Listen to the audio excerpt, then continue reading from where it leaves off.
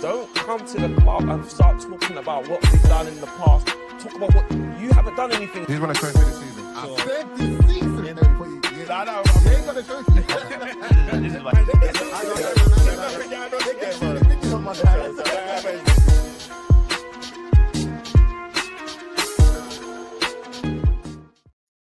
Hello, good morning, good afternoon, good evening. Wherever time you're listening, wherever time you're watching, welcome back to another episode of Podcast Pundits. I am your host today, De La Strada, the man of the people, the man of the streets. I'm here to kick it with the boys. It's Carnival, Bank Holiday Monday, so we're virtual today. Let's wrap it up, guys. Starting from my left of my screen, Stripes. Let it all work out. Let it all work out. We say my best. Yeah. Bank Holiday Monday, Carnival weekend. Hey, Joey, man, you can look a little bit. You can look a little bit happier, man. Come on, man. Okay. Your game ain't happened yet, man. Your game ain't happened yet. But yo, man, it's your boy Strives, or you can call me Striver, representing Arsenal. As you can see the setup, and if it's international duty, representing Nigeria or England. I'm happy to be chopping out with my boys, man. We're not in the studio today, doing it remotely. Yeah, man. I'm kind of happy.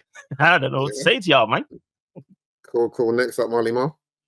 Yeah, Marl here. I was on leave last week, so obviously at the Bernabéu. People thought I was dipping because of the 1-0 result, but now I'm out here. You know what I mean? Obviously on the back of our game yesterday, just trying to get this out of the way, really, so I can, go enjoy some carnival, go get some, some jerk chicken and that. You know what I'm saying? You know what I mean? Out here. Yeah, say something else. Someone's like, damn. No. Finally, Joey Nomadic. Yo, it's your boy Joey Nomadic, aka is Liverpool's #1 supporter, keeping it blessed, highly favoured, and sanctified. You ain't gonna hear me talk about no carnival, bro. I keep away from the slackness, bro. Get me? Yeah, bro. Repent and turn your life to Christ, bro. Look at the conviction in Strav's eyes, bro. You're waste, man. What you talking about me, bro? I don't support no team called the Red Devils, bro. I don't need deliverance, bro. Yeah, man. Looking forward to this big game tonight, man. I ain't wasting my time with Carnival, man. We've got bigger fish to fry, man. Let's have it, boys. When your wife walked through the door at Carnival, was it yesterday or this morning? What did you say to her? I told her, bro, listen. The only the devil is always to you out there. There's nothing good for you out there in these streets. Nothing good, bro. You're gonna turn your back on your daughter. Well, cool. Let's get into it. So there's no Drayman today. He's on a stag / his birthday weekend. Cool. Yeah, he's in Prague, man, and it's calm. Pick you up, man. Happy birthday, Dre, man. Happy birthday, Dre. Yeah, that's true. Yeah. Before we get into it, some housekeeping. You can find us on all major platforms. You can find us on YouTube, Spotify, and Apple. Strive, do I need to do the handles, or is this going to come up on the screen? Yeah, I mean, the handles, podcast podcast. Yeah, I don't know if it's coming up on the screen, man. You tried to click something. I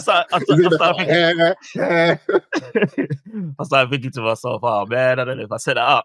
But yeah, Podcast Pundits _ on Instagram and on X, and Podcast Pundits on TikTok. And yeah, man, you probably found us if you're listening to us or watching us right now, but Podcast Pundits on all digital streaming platforms. Cool. Let's get into it. So obviously, Strive, you started off with the song "Let It All Work Out." Obviously, midweek we jumped on and we done a reaction to the signing of Eze. So I won't go too much into that today, but generally speaking, in previous pods, you've questioned the club's ambition. So off the back of them signing Eze, where's your stance now?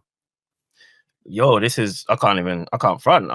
The club has shown me that they've got ambition this season. Like, because we may have always had ambition, yeah, but you qualify what that ambition is. And I've never qualified that ambition as wanting to win all the trophies that we're competing in, just based on the way that we move, based on the way we transact, and just based on some of the mannerisms at the club. But literally, like, I've had my doubts, definitely. Sometimes PTSD has come through, but from where we are today to this present moment, our ambition is is literally showing that we want to win the Premier League, we want to win the Champions League, and we want to be competitive in every competition that we're in. So, yeah, I can't fault the club. Yeah, it's ironic how basically probably how you saw your club's transfer window at the start of the transfer window versus now, and obviously when we get onto Liverpool, the mere fact that Liverpool haven't really made much signing since. Obviously, everyone was like, "Oh, they've got work, they've got Frimpong and so forth," and the stance was being, let better cook. But we're not going to do transfer windows now. But we're going to talk about the game. Obviously, it started off with the unveiling of Eze, and then the game started. So off the back of the United game where Arsenal won 1-0, what was your feeling and what was your hope for the Leeds game? Yeah, like when we smoked Manchester United, man, it was an easy day in the office, man. Obviously, it depends how you see it, but look, like for me, like all banter aside, like yeah, Old Trafford's never an easy ground to go to, especially as an Arsenal player, Arsenal fan, Arsenal club. So, like I said, when midweek, I couldn't really understand why there was so much critique and criticism, especially by our own fan base. Like I get the other ops, the other pagans, they do that in it. Like they always want to. They find something to bring us. We're always heavily critiqued, but I didn't understand why our own fan base was so like so downbeat about the United game. Me, I was happy, bro. First game of the season, Old Trafford, 1-0 win, bro. And then you know what? In the manner in which we won made me even happier. The manner in which we won, where Manchester United fans and their manager are saying, if we play like this, we are gonna do all the blah blah blah. We can beat anybody else. Like, okay, whatever, man. All the guys that I had bets against, run me my bread so I can buy another kit. Please, thank you. Yeah, and I was happy. 3 points on the table. Old Trafford. It's a tough ground for anyone to go to. Liverpool still got to go there. City still got to go there. Chelsea still got to go there. Those are the only people that I think will be a threat to what Arsenal's trying to achieve. But then you got your other clubs, your Villas, your Spurs, and Newcastle's, etc., etc. I was ecstatic. However, that was just the beginning. Because we got Anfield coming up, we needed to put in a performance that is more let me not say reminiscent, which is more that displays what Arsenal aim to be this year. You get what I mean? We can't be putting out performances where it just looks like we're here to survive. We can't be doing Old Trafford all the time. So Leeds was the perfect game to say, all right, boys, we got our points. You weren't happy, fans, but let me show you what we're about. So I wanted to see a dominating performance. I wanted to win by clear goal, a few goal margin. I wanted to see Gyökeres open up his goal scoring account. You get what I mean? I wanted to kind of just see that, all right, what am I in store for this season? And yeah, the performance, it was a game of two halves, man. We started off a little bit like Leeds. Let me not even take anything away from Leeds, man. Leeds were, how can I say it? We were like, it was strange because I feel like we were playing like quite resolute. Like we were kind of deep in our half, but we was quick on the quick on the press as well. Yeah, exactly. So, but Leeds, they were quite resolute as well. They made it difficult at times. We were on top for the first 5 or 10 minutes. Then it was one of those halves where it was quite equal, I'd say. And I would have never suspected that game would have ended 5-0. But as we tend to do, I think we got the goal. We got our opening goal, and then our next goal. So on the opening goal, because obviously. Do you have any concerns that the opening goal came from a set piece? Hell no. I celebrated. No, I get what you're saying. I think what I'm asking is that, are you concerned that it came through from a set piece as opposed to from open play? Obviously, once the first goal goes in, then the floodgates open. But however it goes in, you're not concerned. Yeah, no, I'll tell you this. This is what my thing. We always want, and I don't know if it's a thing of, if it's maybe because I speak to a lot of fans that are based in London. In London, we like to complain a lot over here. Like, I don't know, we're a bit spoiled. What are we complaining about? If the goal goes in, I'm happy, because especially when you're seeing a tight game, you're like, where is the breakthrough coming through? Yes, that raises a bit of concerns. Like, oh, damn, like fluidity needs a bit of improvement here and there. But once you see that set piece goal goes in, a corner comes in, it's like a penalty for me. I'm like, all right, cool. Is this the goal? I'm looking. I see that the ball whipped in from Rice over at Saka. When I see the ball whipped in a particular way, I'm like, oh yeah, that's the goal. Like, I'm happy that I feel that way. So when that goal went in, I was in my group chats, cap locking, set piece FC, corner FC. I don't mind. Call me what you want, bro. Get the goal. Because guess what? If it's a tight game and we're gridlocked, and we score from a set piece, I'm gonna be happy, bro. Just like I was against United. So yeah, man, I leave that for the other complainers, man. I'm happy, Yeah. man. I was happy, bro. Cool. And as you're saying, throughout the game, obviously, what some of the things you probably wanted, obviously, the Eze coming in, a performance, your striker to get a goal, and then you got a brace. Now, how do you feel about Gyökeres? Do you feel, and obviously, I'll come to you on this as well, Joey. There's a lot of discourse in terms of the striker that Arsenal got. However, how many goals are going to get this whole season? And that's basically how fit he is so far. So from what you've seen, are you impressed? Are you optimistic that he'll get? So what was your numbers actually? 15 that you said he'll get? Yeah, well, I said 16 plus for me is for his first season. I personally thought that was still quite high considering where he's come from. But for me, if you want me to be happy, content, if he gets me 16 plus in the league, I'm happy. Across the season, the whole season, 20. I think I might have said 25 plus all season, all competitions. But 16, he'll get 16. He'll get 16. Yeah, but it's easy to say that. It's easy to kind of say that, but it's you can never be sure. You get what I'm saying? Because like he's come from the Portuguese league, and Strabs, you speaking pessimistically? That's like your I feel lower like end. No, I feel like I'm speaking realistically, bro. I mean, pessimistically would be 10 plus. I think I'm being realistic when I say 16 plus. Like 16 should be the bare minimum, in my opinions, the bare minimum, man. And then I think, yeah, like your 20 pluses is where we're getting into your optimistic. Bro, like, I don't know how many, I know Haaland's come and done it, but I don't know that how many strikers have come from foreign leagues and have come and hit the ground running in the way that we're expecting Gyökeres to do so. And then even in the previous games, everyone was saying he's playing in Timberland boots. This guy can't play football. I've got guys in group chats talking about his pass completions. I'm like, fam, I don't give a toss about his pass completions. Do you think I've been crying for a striker to see how many passes this guy completes? I want him to get on the end of goals, end of the ball, and score goals. I want him to make something out of nothing. You see that first goal Gyökeres scored? That's exactly what we bought him for. If the ball comes into the left channel, when you say make something out of nothing, you like highlighting his first goal particularly. Yeah, his first goal. His first goal, that was we don't. How many times have we seen an Arsenal goal like that in the last 2, 3, 4 years? So I feel like Marley, were you going somewhere with that question? No, I just think the angle of the question, and I was like, "Where are you trying to go with this?" I just think against better opposition, like I think he's getting clamped. He's not. I couldn't believe that.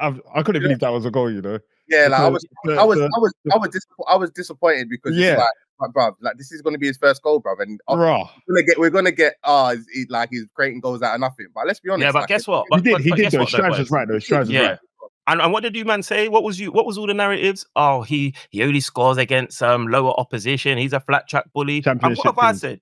I said, I don't give a toss. Bang me all them goals. Bang me all them goals against flat track bullies, bro. Because that's where we struggle to score sometimes with all these dumb low blocks, bro. So you're telling me this, and I'm just like, all right, well, cool. I accepted from time what I was getting. I'm happy. But just to that wasn't a low block team, though, innit? Leeds, they're not a low block team. Is the one thing I say is a thingy, but 100% I'm with you. You want him because somebody is saying he's only scored in Portuguese league last season. He only scored 3 goals above top 10 teams. Who fucking cares, bro, man? Who fucking cares, bro? Joey, the way I could care less, yeah. If I could care any less, bro, it'd be concerning, bro. Get me those goals, bro. Yeah, it looked like a goal against it looked like he was playing in that. I couldn't believe that he went in though, bro. Like, I don't know what the keeper was on bands, the defenders were on bands. I think that it was a good finish though. Like considering how much pressure he was on. He didn't flash it. Yeah, he picked a corner, bro. Yeah, he picked a corner, and yeah, it was a nice. He got up. In terms of the whole dribbling and getting to the box, yeah, I get what you guys are saying. Like, it was very clunky. The finish should be better, but the actual finish, it wasn't finished. He's finishing. Everyone knows he can finish. He's capable of doing that. Like he's just a real. I'm gonna smash it, and he smashes it usually, bottom corner or away from the keeper. So he'll definitely get goals like that. It's just the dribbling up until that point. I was like, oh man, has he gotten this one, man? But then the only thing is because it's a championship defense. And championship is his bread and butter, bro, man. No, but all bats aside, man, good goal, man. But what I did say when we were doing the whole Sesko Gyökeres thing, I've always said it's going to be an eyesore, yeah, but he'll get the job done. That's the perfect description, man. I wanted to pluck my eyes out with what I saw, but the fact that they were celebrating so hard, bro, because up until that point, bro, I was just thinking, oh, this is ugly, bro. And then he's got that goal. You were doing some of your best hating, bro. No. I wasn't even hating, bro. Like, but realistically speaking, in terms of Arsenal strikers that were creme de la creme, number 14. This is a disservice to the number 14, bro. Thierry Henry is turning in his grave, bro. Well, talk for yourself, bro. Talk for yourself, bro. That was beautiful, bro. I was exquisite, bro. Oh man. Well, as long as you're happy, I'm happy, bro. Sweden, the girls are very nice. He dumped his girlfriend to play in red and white. It's you lot are so cringe, man. So whilst we're on the happy train, obviously Max Dowman was another Hayland. So on the picture was Lewis Skelly, Wanyeri, and then obviously Max Dowman.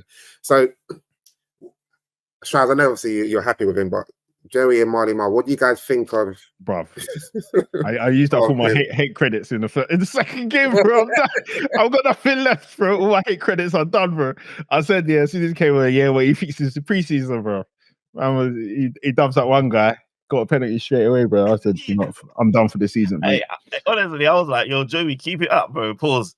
I was like, every time this Joey guy will say something in the group chat, I was coming back with it. I was shut up, bro. It was such a great game. I think honestly, Joey, you actually added to my experience, bro. Because and the thing is, he was copy and pasting in every group that I was. Across 3 groups. I need my broadcast. I was like, nah, this guy really wants us to know. He wants us to lose. I needed him to know that I was happy. No, I didn't even want you lot to lose, bro. I wanted to walk away with no positive sides from Max Dowman and Gyökeres. I wanted you lot to be thinking, what should you have got Isak? Maybe we should put a bid in for Isak, because that's the conversation that was happening before the game as well, man. Yeah. No, for real. I mean, after the first game, sorry, Della, I remember saying to like B-man, like privately going, "Rah, man, I remember when I scored this guy Kovacic striker, man. I hope that premonition doesn't come true, man." But then when he scored his 2 goals, I was like, knew I was wrong, man. I knew I was wrong. He's here, man. He's here. No, technically he's still a Coventry striker. He hasn't proved he's not a Coventry striker. Because he gets Leeds in it. Against a proper Prem team, like he didn't do it against us. Okay, you're gonna, bruv, you're not a proper Prem. Let's get to Man United, because I've got heat for this guy, man. But sorry, just to answer your Diamond question, yeah, man, it was a good debut, man. Very, very good debut, man. Don's on record saying that there's no reason why this guy shouldn't be playing. I thought the only reason why he wouldn't be playing is because of legal reasons, but last season, but how he was registered at the start of the season.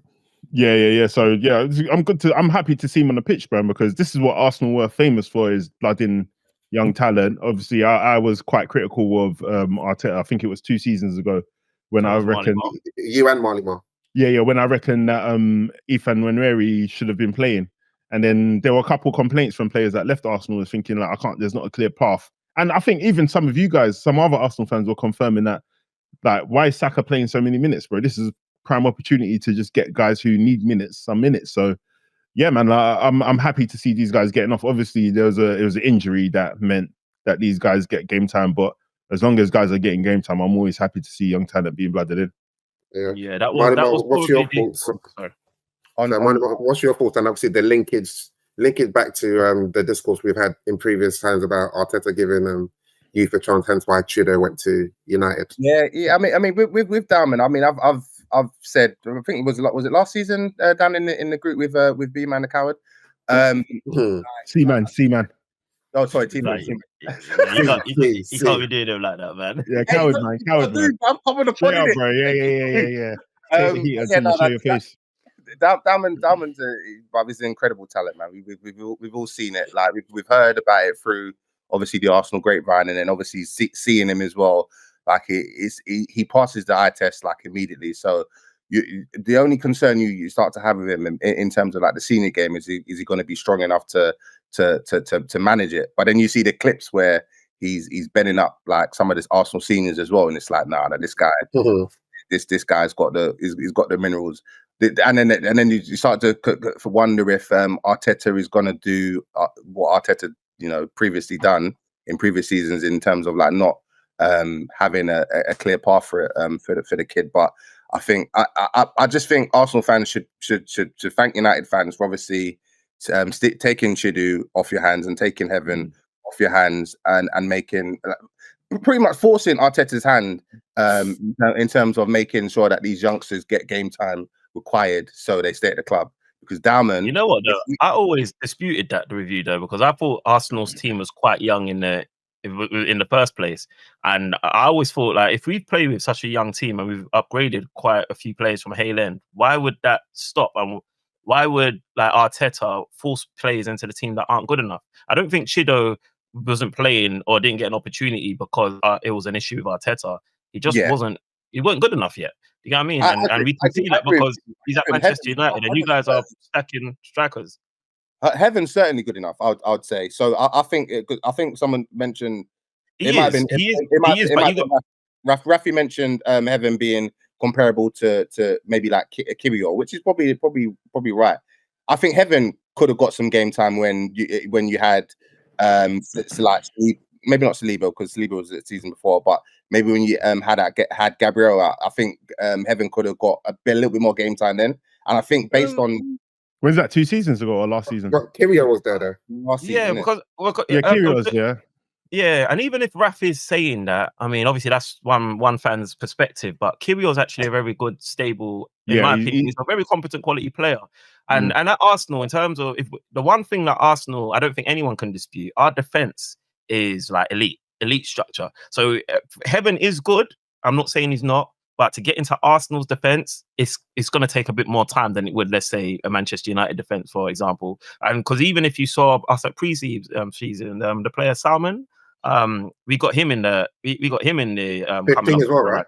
Yeah, but you say same with Heaven. Heaven was playing. No, he was, but he just had to be thingy. He just had to be patient. That's all he had to do. He would have got his chance, but if he wanted to play last season, Manchester United was the right move for him. Yeah, also he has to prove that he's better than Kiwior, right? To displace Kiwior, like it doesn't make sense just to displace somebody because they're young. I'm not saying is because as I said, this is not an opinion I've had just from last season or season before. Like I mean, there's data to show that Arteta was not giving youngsters. Yeah. No, but to Strive's point, comparable to other teams. I think Man United obviously being, I think were the top. So even to your point of Man United might not have had the quality of squad required to whereby we had to play youngsters. Even that alone is a point worth noting for youngsters that all right, we do have an opportunity at Manchester United where we haven't been given opportunity in Arsenal. But isn't that natural though? Because Arsenal's competing at the highest level, so therefore the entry. Right now, because in that table, Liverpool was still way higher than Arsenal in that table that Marlon's referring to as well. Substantially low, and Man City weren't as low as Arsenal, for instance. But to what you guys are saying, and Strive made a point about earlier, Arsenal's team was already young. So you had Saka, you had ESR, you had Reece Nelson, you also had Eddie Nketiah, which was a already young team. But even to that point though, and Saliba was also young as well. Let's not forget that. Like guys like ESR, where the Arsenal fan base, and me even identify the ESR as someone that probably should be getting more minutes than he is getting, right, in the team. And I think Strive, you can confirm that as well. These are all case studies for me to obviously get the notion that Arteta wasn't given youngsters, and I mean, when we say youngsters, it doesn't have to be 15 to 14. Yeah. Which is it was enough to raise the argument, but I think I always push back on it, and I feel like time has proven my side of the argument more correct than your side of the argument. No, not necessarily though, because maybe he might have 5 years to be comfortable and have a team that he feels confident of bringing these guys into. So there's an element of you both being right. The right environment. Yeah, exactly. That's what he was doing. Yeah, but then you can no longer say it's a slight on Arteta's personality profile, as opposed to if what you're saying is correct, Joey, then it still feeds more into my argument that it's not a case of Arteta just has a direct aversion to playing young players. That the circumstances have to be correct, and also it's a case of quality and talent. I mean, it's debatable with it. How long's Arteta been there? And this is the I would say this season and probably the season last season whereby he is giving youngsters a chance. So if we're going to go by sheer numbers of him being there 5 years, Like he's only recently doing it, so But again, if you look at it for 5 seasons, in 5 seasons, Saka, ESR, Eddie Nketiah, Reece Nelson all had game time. I know you get the example of ESR. ESR was playing until he kept on breaking down. So they sent the manager body for, okay, I can't rely on you. But that's still a young team. And now you've got Marl Kelly come through, Wanyeri, and then Dowman. So over the course of 5 seasons as a manager, that's a lot of young players coming through under him. Not necessarily, obviously, Saka made his debut, ESR made his debut under different managers, but he still gave them game time. Well, I mean, they don't technically count in that table that Marley was referring to. They don't count because they weren't under Arteta. But yeah. And then you've got Murray Hutchinson as well, bro, who came out and did the scathing. His agent did a scathing think piece. Look at all these players, man. Look at all these players now, man. Let's not use these surplus. He's still a Premier League level player, but I don't think not Arsenal level. Yeah, well, not good enough to be competing. I think the point anyway is that Arteta's not the same anymore. He's changed. He's changed his ways. Before we move away from Arsenal, very quickly, Strives. Obviously, you talked about a lot of highs, but there was a few low points. So obviously injuries. Heading into the game, Havertz was already injured. Then Odegaard and Saka both got injured in the same game. I think it's come out now that it's not long-term injuries, but I don't think they'll be available for the Liverpool game. So of course that was a sucker punch, man. I mean, I suppose in life there's always got to be parity, right? So with too many highs, it's just unnatural. So there had to be a little bit of balance, and Saka's likely my favorite Arsenal player. Like I haven't actually thought about it, but if I was to say it off the cuff, it's most likely Bukayo Saka. So anytime I see him pull up, it's annoying, you know. Odegaard as well, very pivotal to the team. And picking up an injury, very, very jarring. 2 key players. It would give you PTSD because it's the same thing that happened last season. But as much as those are negatives, and obviously the 3 players that are injured, Kai Havertz, Odegaard, Saka, are also the 3 players that have just kind of returned. It makes you think, did we rush them back? Like you can come up with all these kind of conspiracy theories, but it's all different injuries though. Opposite all different injuries. The shoulder. Yeah, exactly. All different injuries. But that's why I said conspiracy theories. But ultimately, you know what, Della? I'm still quite happy and confident and satisfied because this time round, we're able to kind of soak those injuries up and still go be competitive going into Anfield. And obviously in signing Eberechi Eze, in signing freaking Madueke, who I wasn't even hot on, but when he on the left, he wasn't bad, by the way, but he didn't like properly inspire me. I thought to myself, Martinelli's he ain't done enough to take Martinelli's chain on that left. But then when he moved to the right, he had a brighter 10 or 15 minutes on the right than he did in the left. And I thought, you know what? That's not the drop off from Saka to Noni and then Odegaard to Eze. Bro, like I can still go into Anfield and expect something. Do you get what I'm saying?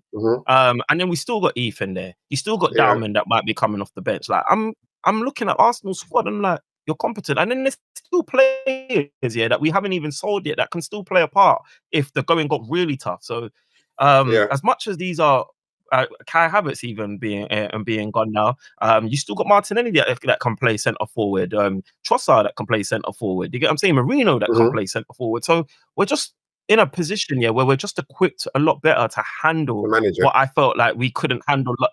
What we couldn't handle last year, and that was one of my major critiques. Like, how can our squad be so light and we're trying to compete on all fronts? I can't really complain about that. So do you think it makes a difference though? Yeah, massive difference. No, because I think about how Arsenal played. Like they're still capable of getting the set piece goal or 2, and then just doing a hard back defense, which is what kind of similar, not too dissimilar to what they did against Liverpool last time they played at home. When you played at Emirates, and it was 2-2. You lot scored 2 good set piece goals, a free kick, and I think it was a corner, and then we scored a corner and then another goal. So I think you lot can still address the game in the exact same manner with or without Odegaard, like you said, because you're better equipped with the signings you've made. But you still have that one piece that you can rely on that not many other pieces. I say no other team has. It restricts you, innit? Because obviously you want to head into that game and say, okay, set pieces is something we've got in Arsenal, but at the same time, we've also got other elements, and that's what's trying because of the investment, the drop off is not as bad. Yeah, But yeah. Stripes, before we move on, you mentioned Eze. So do you think Eze will start at Anfield, and where would you think if he does start, what position? My question back could be why not? Because it's not like he's devoid of a preseason. He's been the answer to my question is that you think he's going to start. You didn't. Why you answering the question again? No, because it was to answer your question. Do you get what I mean? Like I think he should start. Yeah, I think he should start. What position? He could just go straight in. Like I know we were talking about him maybe deputizing on the left to raise the level where Martinelli has kind of left a lot to be desired by most Arsenal fans' accounts. But he can just go straight in where Odie is, where Odegaard is, because he's injured. I think he could do that. I think he could go there. Madueke can be on the right. Or you could even still have Eze on the left, Ethan where Odie is. Because I thought Ethan, when he played where Odegaard was, I thought he changed the game against Leeds. And yes, it's Leeds, and yes, he still showed moments of maybe you can call it naivety, where maybe may have held onto the ball a little bit too long. He could have delivered a pass a few seconds earlier. Quality of passes. If I'm lack sharpness. Yeah, just a tiny bit, but I thought he was. I thought I could be encouraged by that. So you can even still play Ethan there. You could maybe play Eze on the left, and then you can have Madueke on the right, kind of thing. I think, but if you're asking me, I would play him. I'd play him where Odie plays. Yeah. Yeah. Okay. Cool. Yeah. I do have some questions or challenges for that, but I don't want to spend too much time on the Arsenal segment. Let's move away to United now. So United, off the back of losing 1-0 to Arsenal, your manager did come out and said, what did he say? You more or less show that you can now, what did he say? You can now beat any team in the league. Yeah, and I think he said if it's basically along the lines, if we play like Arsenal, we could beat anyone. Yeah.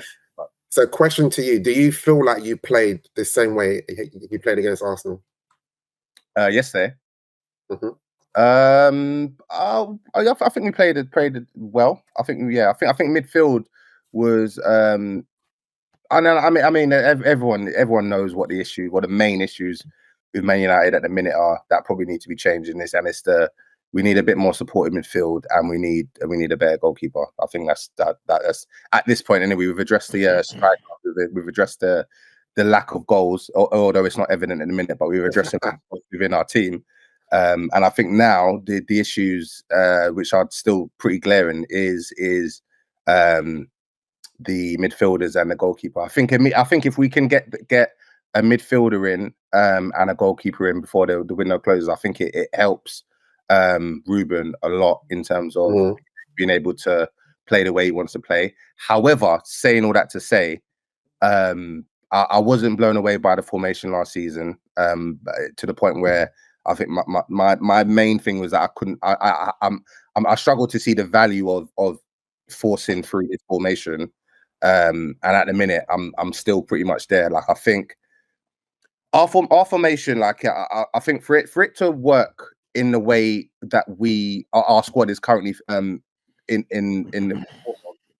with the lack of midfielders, we need to have really, really good wing backs.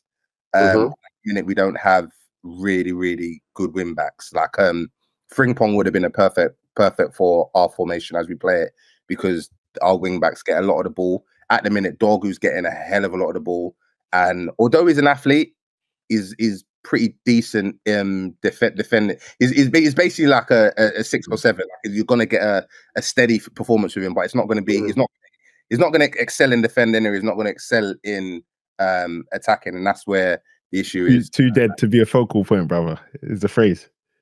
Too dead to be too dead. Bro. He's not dead. But he's just to have the ball that much. He's too dead to have the ball that much. That's why I said, like, our wing back are not good enough for it to be that to be how we play. Like it's not great. Ahmed obviously played wing back yesterday, and I do like Ahmed, but yesterday was playing a little bit within himself. He wasn't taking on his man. He was passing it back a lot of the time. And I mean, if you're going to have Ahmed on the pitch, I don't think wing back is where you start him. I think if you're going to start him, you put him in one of the 10s, or he comes on as one of the wing backs. Okay. I don't think you start him, and then Yeah, man. It's just it's frustrating. It's frustrating right now because you can see some of the positives within. We've got a decent squad now, but I feel as if they're being let down slightly by having to play this five at the back. Yeah. We've got. So they let down by their gaffer. Well, yeah, at the minute, I would say so, because obviously the discourse in the United groups at the minute is that a lot of United fans are saying Rúben out. I had to put one of my boys on silent yesterday because he just kept on messaging me #Rúben out while I was watching. Hey, name names, man. Name names. It's my boy Rich in it from my old workplace, and he's crazy. He's a madam. I had to put him on silent, but he just kept on messaging me. Amorim out. And I saw a stat that says he's played more games than the points that he's accumulated in the league. So yeah, I mean, they're not looking good. He's played. I think he's played 37 Premier League games off like 36 Premier League games, so which is pretty much the whole season. And I think in that, I think he's got, was it 7 or 4 wins? It's low. It's mad low, and that's obviously not a good sign. Like when you look at the numbers, if it wasn't Rúben, because I feel he's getting a lot of grace at the minute because he does have a really good, he's good in the media, in it. Like he's good. Like you listen to him. He's not good. Like he does some questionable stuff. I think the previous managers were so bad in media that he looks good, but that too, which is all absolutely in his favor. But he is good in the media. Like he when you hear him speak, is charismatic. He kind of fills you up with a little bit of enthusiasm about where the club is going. But then obviously the results are the results, in it. Like, and regardless of whether or not you're a nice guy or whatever, like Ollie's a nice guy. The results are results, in it. Like, unless like the team needs to start winning. Visually, I like the way they look at the minute, but the results are the main thing. Like for us at the minute. So my thing was he needs to, like, the season starts, irrespective of what he's done, how the team playing. Like if the results ain't the results, boy. Yeah, it's looking like on that subject. How long would you give him? How many more games? I don't know. So let me look at our fixture list. So your next fixture is Burnley, then Man City, then Chelsea. Next 3. Yeah. You see, so because those fixtures are so hard, I feel as if he has a little bit of grace. Are you including Burnley in that hard fixture? He needs to win against Burnley. If he doesn't win against Burnley and then loses against Man City, that's it. But you can't really, because like let's have it right. Any team, any professional footballer should be able to receive the instructions to play a 3-5-2. And they are receiving the instructions, but in terms of receive and execute.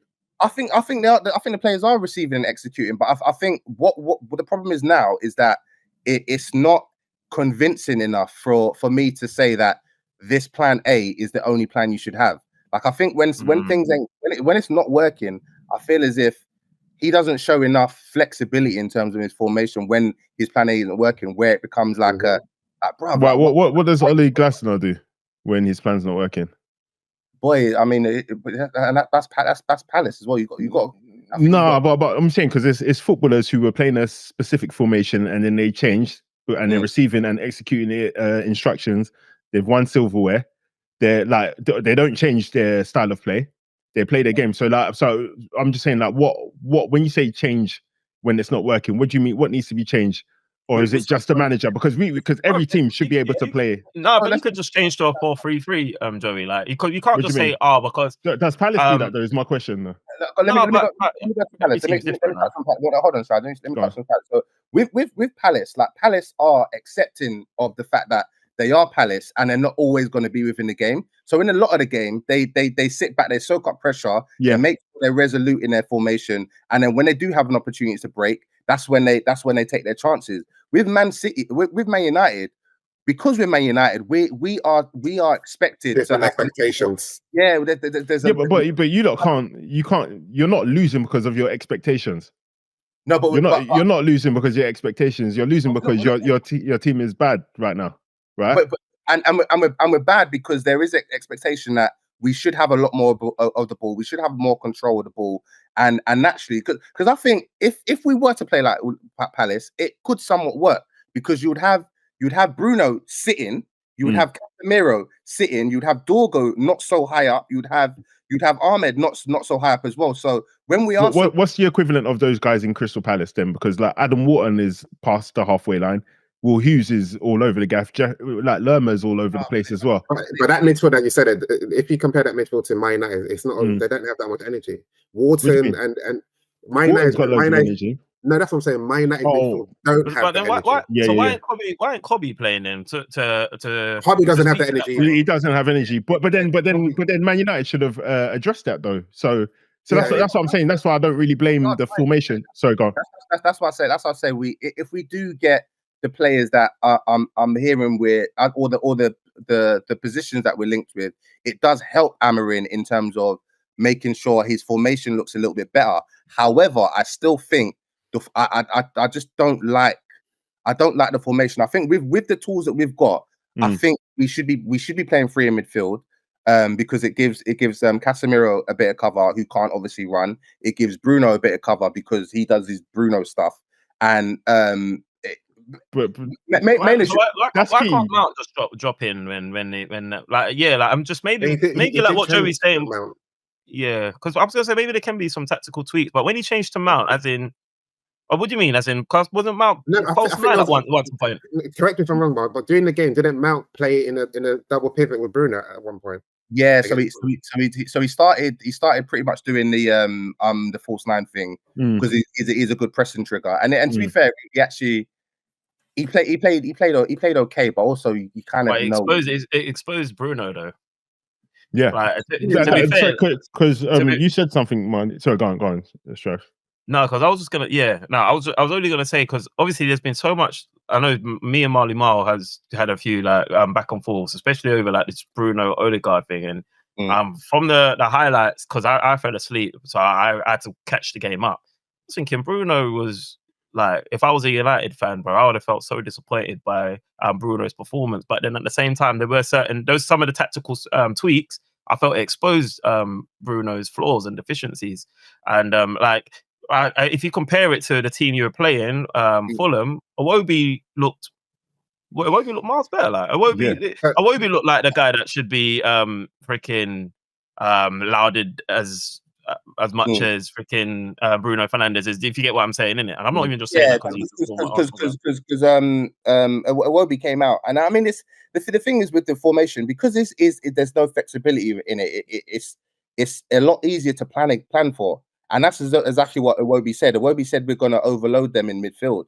And that's evidently what happened. And it's not rocket science. We know who's going to be there. It's going to be Casemiro, who can't move. And it's going to be Bruno, who might find himself in the false nine. Yeah, but hang on, you lot are playing a 3-5-2. So there is loads of flexibility in this formation. You've got there is. But to Marlon's point, it's there is flexibility, but the coach doesn't offer flexibility. But I don't know. But I don't know how true that is, bro. Because like you said, remember what Marley said about Bruno? He said Casemiro lacks mobility, and Bruno does what he does. That Bruno does what he does is core to why why Man United teams have been flopping for a long time, bro. This guy, he's a renegade, bro. Like, he does what he does. That's not good enough, bro. Like, you think you can say that about any Arsenal players, bro? He does what he does. I said it when that Saudi money was coming in. You should have cashed it in, man. Get rid, bro. And I think a lot of and even me, like, if you get the right money for Bruno, like, I'm not gonna say like keep Bruno. Like, I fight for Bruno because he's at our club and he's not going anywhere. He's our captain. But if we got a good bid for Bruno, like, bro, like, you fight for guys that deserve to be fought for, bro, man. If it's like, I'm saying in general, bro. Why are you fighting for man if he's like he's halting your progress, bro? Don't get me wrong, he's a good player, but it's like you've got a baddie, and then this baddie is just literally draining your finances, bro. That's what I'm saying. He's halting you from becoming the person you're supposed to be, bro. And the manager, obviously, there's a lot of discourse now as well about Kobbie Mainoo, like, he's not getting minutes, he should be sold, blah blah blah blah blah. Sell him as well, bro, man. The context is like Kobbie is 20, and if he's 20 years old, let's start there, yeah. And also, if we're going to take the manager at his word, yeah, he's also said that Kobbie is a massive part of the future plans, and he's also said that he's like, so the reason he's not starting, this is what he said after the game, is that Kobbie's fighting with a position with Bruno. In my mind, I'm just like, bro, like, give him a chance then, innit? If it's Bruno or him, Give him a chance. Let's see what it looks like for a game. He's probably going to do it against Grimsby because we've got a game on Wednesday against. League Cup, League Cup because we're in the early rounds because we finished 15th. I was thinking, what's Man United doing there? Preliminary. So Kobbie will probably get a game in that, and he'll probably rest Bruno until after. On that. I'm going to ask you that question. If he sent Mainoo direct competition for position or for places, is Bruno. Bruno hardly gets rotated. Bruno hardly gets subbed off. What chance does Mainoo actually have in this team? Like, let's be if we're to be realistic. I think long term, use him utility, man. Drop you guys in. I think long term he'll get minutes because I think Bruno, if this isn't his last season, I think, to be fair, I think this is Bruno's last season. I think he might get sold if the money's still going next season. And then Kobbie will naturally come in. And then if we get like for instance, I'm hearing we're still linked with Bernabéu because Bernabéu got subbed at half time, so people are looking into it, like thinking, all right, he probably still wants to leave, which would be a great signing. But and also like long term, if we could have a midfield of like Mainoo and Bernabéu, I would be a little bit more content with that than seeing Bruno and Casemiro. What do you expect from Mainoo though? Because I still don't know what his position is or what his role is in the centre midfield.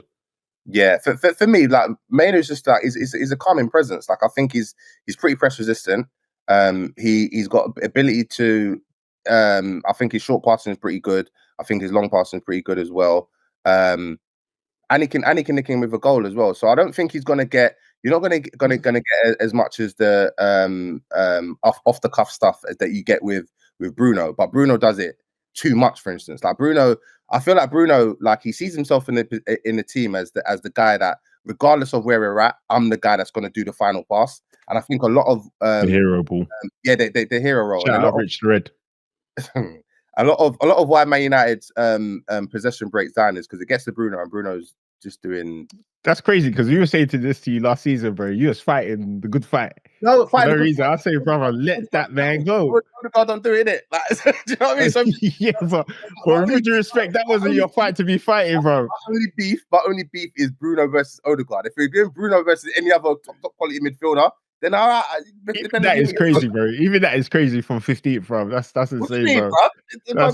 It's work, bro. Camden than Odegaard, but let's be honest, bro. Let's have it right, bro. But anyway, he's not even a cam no more, bro. He's not even a cam no more, bro. On the subject of Amorim, your formation and everything else, I think Raf asked me, or Bobby asked me the question last week about, because I could have saying, despite the fact that you guys are losing last season, your manager should try and tweak things. Yeah. Now you've got pre-season, he still hasn't tweaked anything. So again, he's very keen on this formation. He's trying to perfect it. But then, to your point, what you're saying earlier, if he perfects it, but he doesn't have a plan B, like what do you now do? Because it seems like you played Arsenal, you played very well. So against the good teams, you still can't beat them, or you may be able to play better because they're a bit more open. Or you can, set like a specific game plan against like a Man City, a Liverpool, or Arsenal. Yeah. When you play against like a Fulham, or next you're going to play a Burnley, if they say, we know how to nullify your formation. You want to play 3-4-3. Fulham played 3-5-2. So 3 defenders against your 3 strikers, attackers, marked out the game. Then they've got their wing backs and versus your wing backs, and then they've got a midfield of a 3 against 2, which is why Iwobi had so much time. So if that's how teams are now setting against you guys, probably the better teams are going to beat you because they're better. The smaller teams may give you a hard time because they're going to say, right, you can't beat us if you play this formation against you. We nullify your approach. Yeah. What next for your manager? As in, what next for your team? Because you've got the personnel. He's put himself in a risky position, because the fact of the matter is he's put his whole reputation on this formation. So if this formation doesn't work, he's already basically been pretty vocal in the sense that I ain't got nothing else. So if it gets to that case, but we have to think about it, because majority of managers play 4-4-2, bro. So sorry, not 4-4-2, 4-2-3-1 or whatever. Yeah. But 4-4-3, a variation of that. So like, obviously, there's still variations within that midfield, within that. But he's not doing it. That's what he's saying. no, he put. He's not Yeah. doing it. Bro. No, So he didn't. He didn't say that he's not going to do variations within the four. Because, let's say, for example, we do a 4-2-3-1, and then remember there's a period have you seen it? No, remember when hang on, remember when everybody did inverted wing backs, and then everybody was doing the box in the middle. There are variations you can do within the formation. We know. So, Have you seen it? I've seen it from other managers, like for example, Oli Glasner and the Wolves manager last season when he stopped the team from getting relegated. So it is possible. We know it's possible. We know it's possible. It's not for everything. So then why are you not Amorim out then in that case? Because I'm yet to see, as I said, I'm not either Amorim in or Amorim out. At the minute, I'm just in a position of like I want to see what it looks like once he's got his ideal makeup, and his ideal makeup is saying he needs an energetic midfielder. So until we've got that, but that might not ever happen though. That might not ever happen. Like as the window's about to close, if it doesn't happen, it might. Okay, so if it doesn't happen, will you be Amorim out then? Yeah, no, because time is time, innit? Like if he doesn't get the guy, and then we're still seeing the performance we're seeing without the results as well, then like, I'm Man United first, B. Like I don't care about these guys. Yeah. What are you saying about Sesko? Well, he's played 60 minutes, so I haven't seen enough of him to make a crazy judgment on him. But some of his touches have looked good when he's seen the ball. Like he looks pretty good on the ball when he gets it. But yesterday he didn't see much of the ball when he came on. Just some touches here and there. But it's still early doors. We know he's got talent based on what we've seen at Leipzig. So we know he's got the ability to score a goal. Now the team just needs to start helping him out a little bit to get to that position. But why don't you guys use him though? Because he actually had a preseason. Like look at how Arteta's just throwing Gyökeres in there. And Gyökeres was basically on the beach on strike trying to force the Arsenal move. Like, so why aren't you guys giving Benjamin Sesko? Sorry, I was going to call him Sesko. Too much in social media. Benjamin Sesko. Why are you not using Benjamin Sesko? Like starting him more. Like, what's your behind that? Yeah, are you in agreement with that? Do you think are you in agreement with the way that Amorim's trying to slowly integrate him? I don't mind. What I would say is that, like putting Sesko to the side. What I have seen in terms of what Mason Mount has done in the first game and the second game, if someone repossessed the question and said, "Has Mason played bad enough to be out of the team?" I would say he hasn't. So and that's the only position that is currently available to Sesko. If Mason Mount comes out, then Sesko goes in. But what I've seen from Mason Mount in the first game and then yesterday as well, he's playing relatively okay. Like in terms of being able to support Mbeumo and support Cunha, and even to a point of supporting Bruno, because Bruno had a couple of shots yesterday, and they came from Mason Mount doing his false nine thing. So in that sense. Sorry to cut you because you're making a good point, but because you're making a good point, doesn't that lend towards? I don't know if he was on that episode when we had Mitch on, and Mitch was like, he doesn't think you should be looking for strikers or attackers. You need midfield. So does it kind of lend to maybe his point that why did you go for Benjamin Sesko in the first place when you had more pressing areas that you needed to address first? Yeah, because I'd say it's pressing because we've obviously brought Sesko in and now Højlund's going out, so we needed. We need one option at least, bro. Like so. But yeah, Xerxes, and you also got Cunha and Mbeumo who. We already know. Yeah, we already know that you're not going to get goals. So if you're in it, you're not going to get goals from Mount playing as a false nine. You can have Xerxes as a facilitator. But I don't think Mason Mount's he's not going to play there for the season. He's playing there because to Strider's point, Sesko's just arrived, so he's been integrated into the team, isn't he? So what's your goal expectation from Sesko though? Because it's not going to be higher than what we would expect for Ekitike or Gyökeres, for example. In the league, I think he can get 15 in the league. But why shouldn't it be higher though when they spent that kind of money though, Joey? Because if we're going, money doesn't equate results though. Because remember, City paid 60 million for Haaland. You lot paid 60 plus for Gyökeres. So money doesn't equal expectation. It's whack. What you've done on wax, isn't it? Yeah, and United, but he's been quite like coveted though. Arsenal wanted him, Newcastle went in for him, like so. Even Liverpool were interested in him. So yeah, he's definitely coveted in terms of what his potential is, but in terms of what he is right now, I don't think he's Gary Goals. So what would you expect from Sesko for you to say, yeah, money well spent? Yeah, I'd say the 15. The 15 to be completely honest, because let's have it right. The 20 plus from Cunha and Mbeumo, I don't even think they can replicate that this season. See, I would have said 12. I would have probably said for I think Sesko. Cunha's look pretty good. I'll say 20 to 25 GA. What for GA. Sesko? For the whole season. Sorry, when I talk about goal expectation, I only talk about Premier League. I never talk about all comps, just Prem. I would say 15 in the league though. Yeah, 15. For Sesko, yeah. I think so, yeah. I think that would be a good achievement, in my opinion, his first season. Yeah, I think he's a facilitator. I think that would be good for him as well. I mean, yeah, I think that would probably be. I can see the regret in your eyes, bro, that you didn't get Sesko. No, not really. No, you know, I'm joking. I did want Sesko once upon a time, innit? And I'm trying to think. At Arsenal, what would I probably would have said similar at Arsenal kind of thing, but at United, I'm tempted to say like if he got 12 for United, I'd be impressed because United don't. I mean, yeah, I don't know if goals have been your thing like that. It hasn't been. I'm pretty based on, as I said, based on how we played against yourselves, and funny enough how we played against Fulham as well. Although we didn't clap goals, I do agree with his point that we will score goals this season. I think we'll score quite a bit. Certain man said that you were playing. You went from Tikka Taka to Tikka Masala, though. So we That's what I'm saying. That's what I'm telling you. Because remember, I told you I had a nap and I fell asleep. I missed the game. So before I caught up, I was like, "Yo, what was United saying?" He says, "Yeah, man, they were bright, man. Tikka Taka for the first 2 minutes, but they turned into Tikka Masala." And obviously, I sent that review into a couple of groups, and the United fans around were just laughing. So there was they didn't refute it. So obviously, United, and this is a PSA to all United fans. All right, it's going to be tough again. No, not again, man. You can't do that team talk again, bro.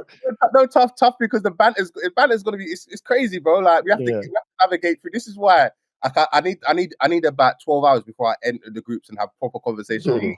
Not evident to that. Like obviously Rafi calls me a coward, but I don't like when I'm watching the game, like I don't watch and message at the same time. No, you do when you're winning. Don't try it, bro. No, if it's a goal, then bro. Even when you're winning and there's no goals, don't try it, bro. Tough times never last, bro. Just remember that. We're gonna see the real him soon, yeah, or maybe not soon. I need time, but I'll get to you when I get to you. I'll get to everyone. I don't duck fades. No, you do, man. No, take flights. Last night you were ducking the fade. I was gonna buy. Obviously, Della Strada gave you a good alibi on last week's episode, but last night, I was like, nah, this Marl guy, he's nowhere to be found. I don't know. I heard that you were active in other groups. That's when I said, nah, this guy, man. Huh? Yeah, Anyway, we did speak about that, but the Bernabéu, and this is just a footnote. Bernabéu Stadium, wow. Best stadium I've ever been to in my life. Let me caveat there. Real Madrid, like games in Europe. Obviously, you went to for the Stag to Seville, innit? Like and then I went to AC Milan. Like like their whole experience, their production that they do before their games, like halfway through the games, at the end of the games, it's different, bro. It's like theater. And to play for Real Madrid, like they don't sign footballers, bro. They sign artists, bro. Like you can't just go there and be a good footballer. You need to have something else about you, bro. Like they are. What's Vinny got? Because you don't rate Vinny. Vinny's an artist, bro. He's an artist. It's just not a good one.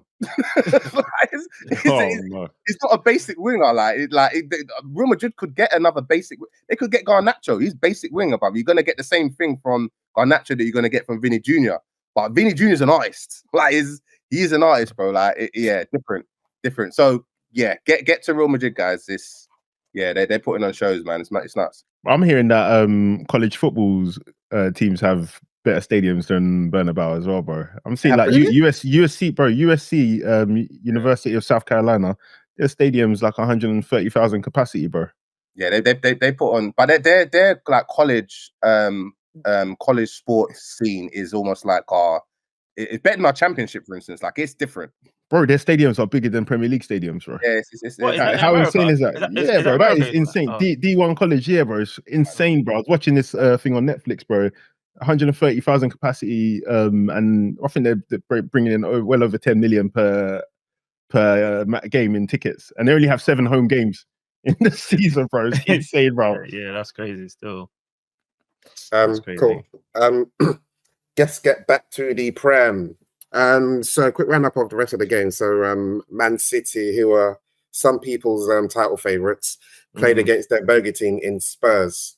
And I think, what were you saying in the group chats, Joey, about I think you were saying that you was happy with the Spurs performance, or raving about Frank and criticising Ange, something like that. Yeah, no. So I said I just did claps for Thomas Frank in it, obviously second game, and then Don was like, "We clapping for Ange beat City too." But then I was looking into it. I was like, "Oh yeah, why am I clapping, bro?" But apparently, in Ange's time at Spurs, somebody can fact check this, but apparently he only had 2 back-to-back consecutive wins in this whole time in Spurs. No, I think it was back-to-back clean sheets. Clean sheets, yeah. Sorry, back-to-back clean sheets consecutively. Yeah, like he only had it twice on 2 occasions, and obviously he's done it thingy in his first game. But then, just in terms of like the games versus City that he were playing, they were always end to end. But I've never seen City look so toothless, bro. Even when Rodri came on, bear in mind, obviously, like he's not fully fit. I'm assuming, but yeah, they were just toothless, man, throughout the pitch. And then I see a next video, bro. Like I don't know if you don't know that Somali you on Instagram. That's Liverpool. The Liverpool, yeah, bro. Like I don't know how, bro. This guy assaults my feed, bro. Like just videos are there constantly. But he was saying like talking about Marmoush and how that was a panic buy, bro. He's the highest played, but this guy's not even getting into the starting lineup, bro. They pay what is it, 90 million for City? Yeah, like it's looking like another Grealish, bro. Because like, how can you pay that much for a player and pay him that much weekly, and he's not even in your starting lineup? I think it's early days, man. It's only second game of the season. When he was there last season, he was playing regularly, and he was at the end of last season, he wasn't starting games as well, bro. Because that's what I looked into it. He wasn't, bro. I looked into it, bro. Marmoush. Yes, Marmoush, bro. He started starting games off of the bench, bro, at the end of last season, bro. But either way, this is Pep. He's got a squad where he feels that he can rotate players. Yeah, some games will be Doku, some games will be Marmoush. I don't think there's. But Doku's not a wide man though. I mean, sorry, Marmoush is not a wide man though. He's like if he was playing at Man United, he'll be one of the 210s. Yeah. But at City, he has to be one of the wide men. Which is crazy, bro. Because why are you buying that guy? Why are you buying him to be one of the wide men? That's why he's saying it's a panic buy, bro. He's not a wide man. He doesn't want to cut in and come in and shoot. He wants to feed off a facilitator. I think he can play in both roles. He can play wide and he can play like as a supporting striker to how he did with Ekitike. Exactly, and how we got all of the abundance of goals in it. So like, I mean, again, it's annoying seeing that guy on my feed, but I felt that was a really good video, to be completely honest, man. But I was disappointed with Man City. Bearing in mind, a lot of people have got them in their first, but I feel like Arsenal are looking at Man City from the first game. Obviously, it was a good performance by Reinders, but I don't think the result reflected how the game initially went last against Wolves. And then this game, we've seen this. I think Arsenal having a bad performance, but getting the job done at Man United, and then just completely obliterating Leeds and getting all the, like as Strives was saying, getting all the targets that they wanted initially in. These are all positive signs. Yeah. And the thing is with Arsenal, there's actually still improvement to our game, which is scary. What I don't want to let's focus. No, we weren't. That was just a comment. Actually, what I wanted to go on to say is Richarlison. I think Richarlison has, he's been solid this season. I mean, yes, man, I bad-mouthed him. Yeah, I think Dominic Solanke's got a. Yeah, he's. I mean, Goldcare was right then, right? Because Goldcare said he preferred Richarlison over. Yeah, and he got quite a bit of pushback on the social media or whatnot, to the point where I started seeing him apologizing and retracting his statement. He wasn't standing. It wasn't only me that. It wasn't only me that was pushing back on that. No, there was a few. He got a bit of pushback on the socials, but Richarlison's been solid, bro. Like he was integral in the Burnley game, integral in Man City. You get what I'm saying? So, and he just seems to have that fire in his belly, hasn't he? So yeah, he always does that. Did you say that about Thomas Frank though? Like he's suffered with injuries, isn't it? I think if he was maybe. But they do say that Thomas Frank is good at getting the best out of his strikers as well. So so it's interesting that as soon as he gets Richarlison is firing on all cylinders. Yeah, one thing that's interesting about Strives. No, I was going to say, obviously, I know you guys have referenced a couple of us having Man City as number one. I know I had Man City as number one, but I think a game against Spurs at Etihad, I think, like Joey said, everyone's got their bogey team, and that's the kind of game, where I'm like, all right, City looks terrible here, but they always look terrible against Spurs for some reason. Spurs just has their number. Sometimes the team just has the psychological edge on you. So let's see what they do in the next game before we start, not writing them off. I think one of the things, even when you watch the game, both of the goals came against like two mistakes from City. And also, then, sorry, I was going to say, it's also important to know that there's going to be so many teams are going to take points off other teams this season. Like they're like, so teams are like, in terms of recruitment and just style of play, like a lot of the styles are somewhat similar, and a lot of teams are recruit really well. I think a lot of teams are we're gonna be surprised at 100. I think what it also highlights here, I'm sorry, Joe. I think what it also highlights is that City still have the defensive issues, and especially now with the goalkeeper. Obviously, they were playing what's his name, the new goalkeeper, Trafford. Trafford. Yeah, wasn't it? I think he's not ready to be a first-rank goalkeeper at Man City. He was brought to be a backup, but even the first-choice goalkeeper, who may potentially be Donnarumma, good shot stopper, but we all know when it comes to his feet, he has issues. And if Pep continues to play this kind of play, then again, there's still going to be chance for other teams to take advantage of those defensive issues. Also, Akanji is on his way out as well, which is looking a bit crazy when your defense isn't as sturdy as you want it to be. But what I rate about Pep is that he doesn't stand in anyone's way. No, and is Guardiola injured? I think so. Yeah. Okay. It has to be, man, because that guy he's a solid performer. He's like a Timber to me, like where you don't really get less than a 6-7 out of in every game. Like I remember they signed Timber, by the way. Timber, he was big you up. Oh yeah. They signed that Ain't Nori. So I mean, man, Pep does his thing sometimes. So I wouldn't be surprised if he's just on the bench. Yeah. Cool. So let's move over to Chelsea. So Chelsea beat West Ham 5-1, and obviously I'm going to come to you, Shraz, because I had the fortune of creating a group so you and Jay can go back to back. You didn't even give me an opportunity to oblige to that. I just saw I was in the fight. I just saw I'm in war. Yeah. Yeah. So I don't know if you saw their performance, but that's generally like what did you think of them? I did actually. I watched it. I actually watched it. To begin with, I think they conceded first, isn't it? West Ham.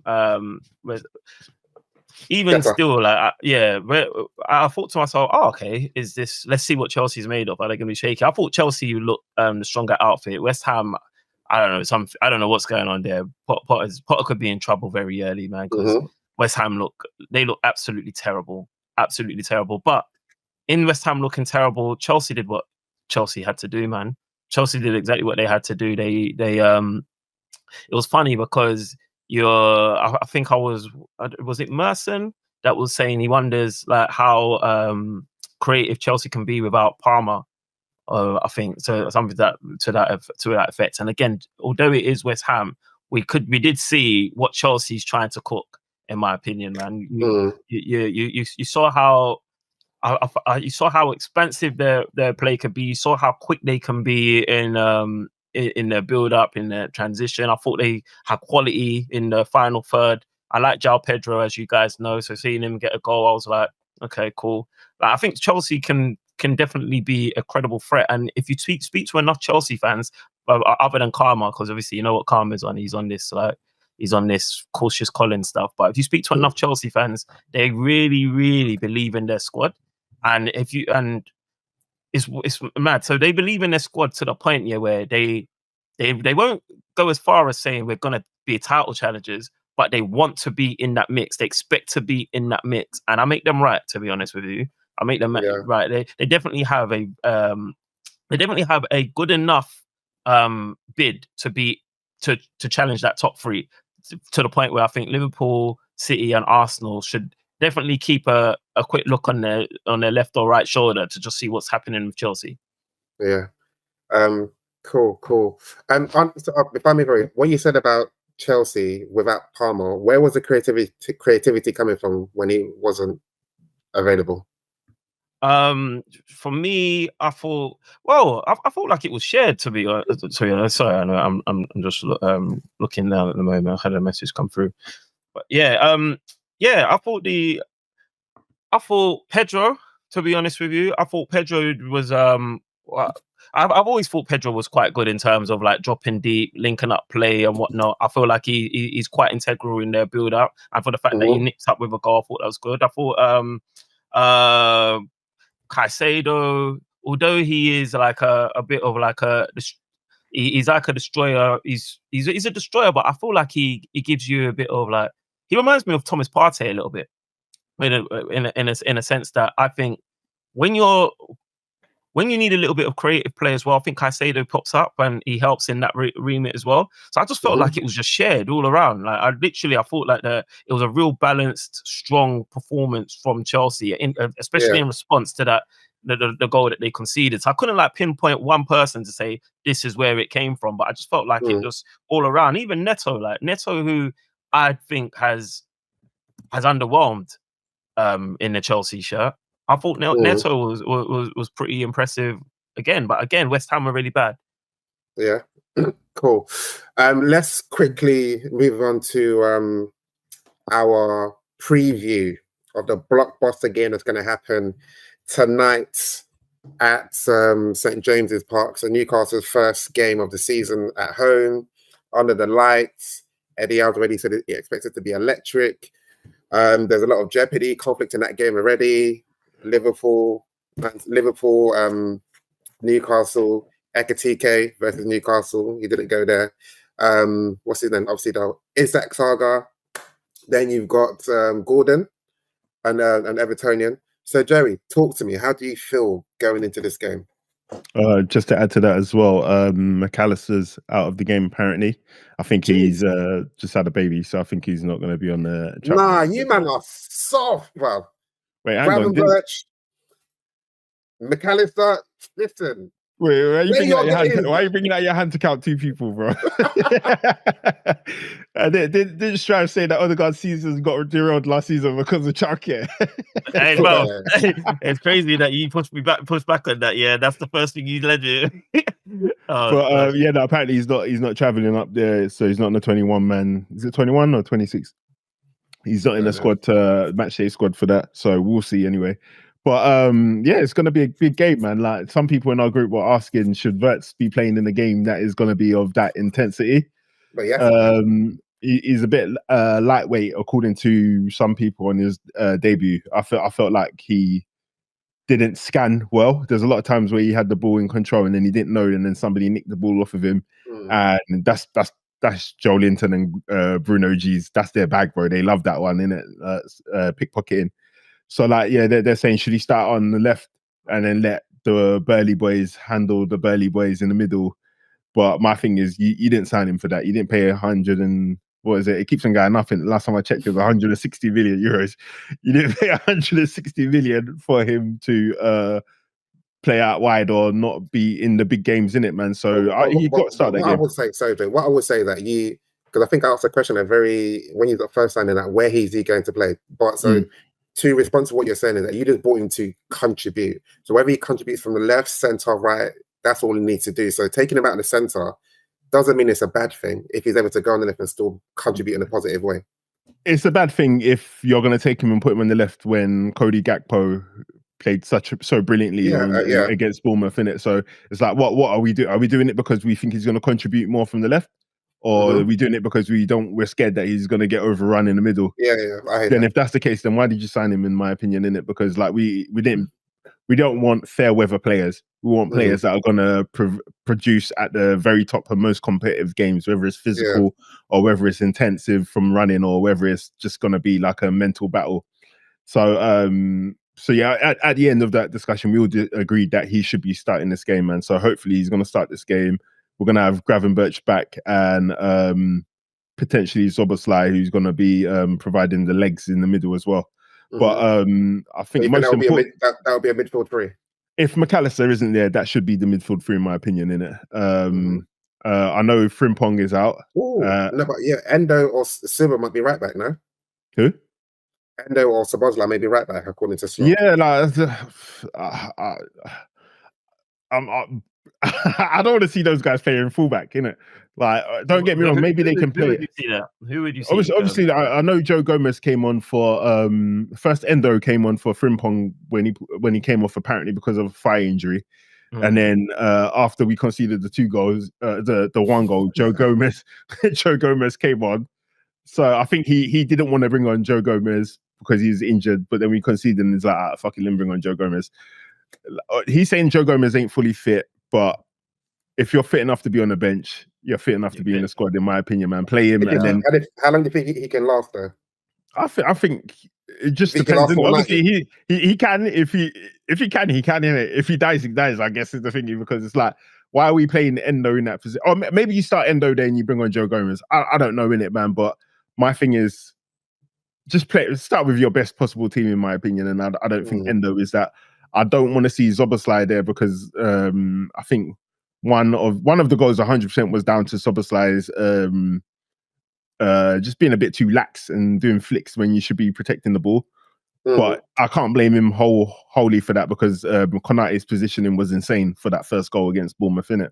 Yeah. So I think our mid defense has to be mentally prepared for what the game is going to be. We're playing against a team that doesn't have their star striker.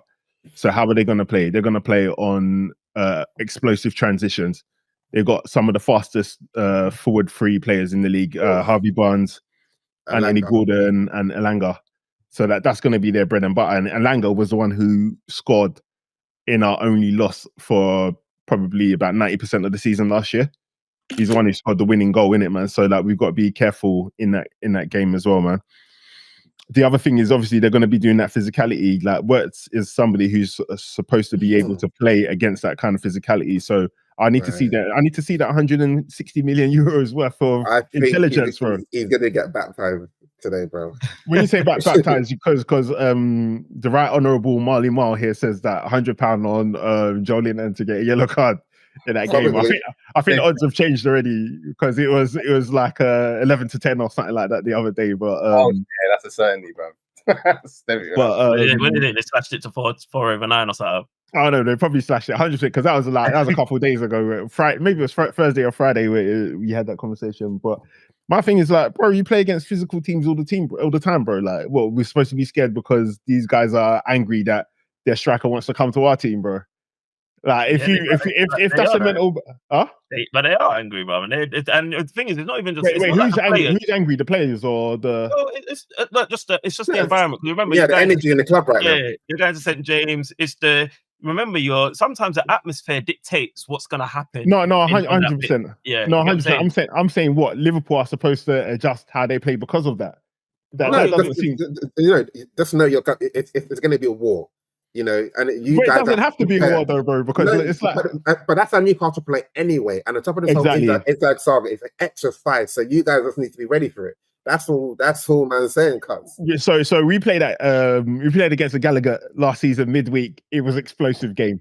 So just because when Liverpool played at the Gallagher last season. What team is that? No, I think he's Newcastle's dangerous end, isn't it? Oh, okay. Yeah, like the Gallagher end, yeah. Like it was crazy because remember we were winning. They got their goal and then we scored, and then there was that mistake from Kevin Kelleher where he didn't catch it. And was that a 3-3 game? That's a 3-3 explosive game, innit? So we know what war is. Arne Slot knows what war is at St. James's Park. So this team needs to just think about that. This Isak spice on top, bro. We've done nothing wrong, bro. A player from your team wants to come up and play for us. It's not that. It's the vibe now, isn't it? It's not the vibe, bro, man. It's the media vibe, bro. It's the media vibe. Sometimes you basically like hold on to any type of emotion that you can use to give you that extra edge, and that's what Newcastle as a club or as a players are going to use to try to get themselves over the line. And what was the dead giveaway for that? And the fans as well. Because they put Joe Linton on the flyer for this rave, yeah. I hear slightly separate but kind of linked. I hear Isak is not going anywhere. What do you mean? I've been saying that from day one. Yeah, no, but I mean, we've all been saying that. No, you haven't. Well, actually, no. You've been doing Holy Ghost fire prayers that he doesn't go anywhere. No. I've been saying it's not happening this season. That's why I've been offering bets with Gyökeres and Ekitike, because I'm just like, why am I No, gonna? that's a lie. It's because it hasn't been done yet, bro. Bro, Because it hasn't been done yet. That's not why you've been offering bets, bro. Bro, how can you talk for me, bro? I'm telling you, bro. Like until it's done, it's done. I haven't considered Isak a Liverpool player once, not one time. No, that's fine, and neither have I, because on the podcast, a lot of people have been saying it's pretty much a done deal. I'm saying no, it's not, because and it's not even not a done deal for anything other than, I think, like I've been saying, I think in Newcastle's small mentality team, bro. Because mentality, bro. I don't think, I wouldn't agree with that. We can have a quick brief conversation on that, but I think it's a small mentality team because, again, you can't. I don't think there's anything you can say to me to make me think that if a player doesn't want to be at the team, then you do what you can to offload that player. Yeah, but you do it. You don't do it because the players spat his dummy out. You do it at the convenience of the club and the club only. So Newcastle have to put themselves in a position where they can expend the talent and the likes of somebody like Alexander Isak, 100%, 100%, where they can compete for the goals. 100%. So Strives, how would you do that, Strives? Well, obviously, you go out and try to refine the replacement, and whilst you're trying to find a replacement, you try and see if you can mediate or get as much money as possible for the guy, innit? Of course, you try to get as much money for the you get as much money for the player, but whilst or before you're doing that, you need to make sure you have your replacement lined up. But you can't just get as much money. Maybe. No. I think you can. Your goals. I think you can, because like, let's say for example, if Liverpool, we wanted to get rid of Coutinho. Well, no, sorry, we didn't want to get rid of Coutinho. Barcelona wanted Coutinho. Coutinho wanted Barcelona. What did we do? We set our asking price. They came and paid it, and he went. Liverpool made a bid for Isak. They said no, we're not negotiating. No. In that situation, you go to Liverpool and you say, look, we don't want to sell this guy. Let me finish, brother. Of course it is for Newcastle, because this guy did. Hang on, let me finish. Let me finish. It's for Newcastle to do that because this guy has made it very clear he wants to leave. So you go to the team that wants him. If you want this guy, this is the asking price. Oh, he's got 3 years left. Strives. Have you listened to everything I'm saying, bro? I am listening to what you're saying here, but what you're saying doesn't take into account that he's got no leverage here, bro. Other than I want to leave.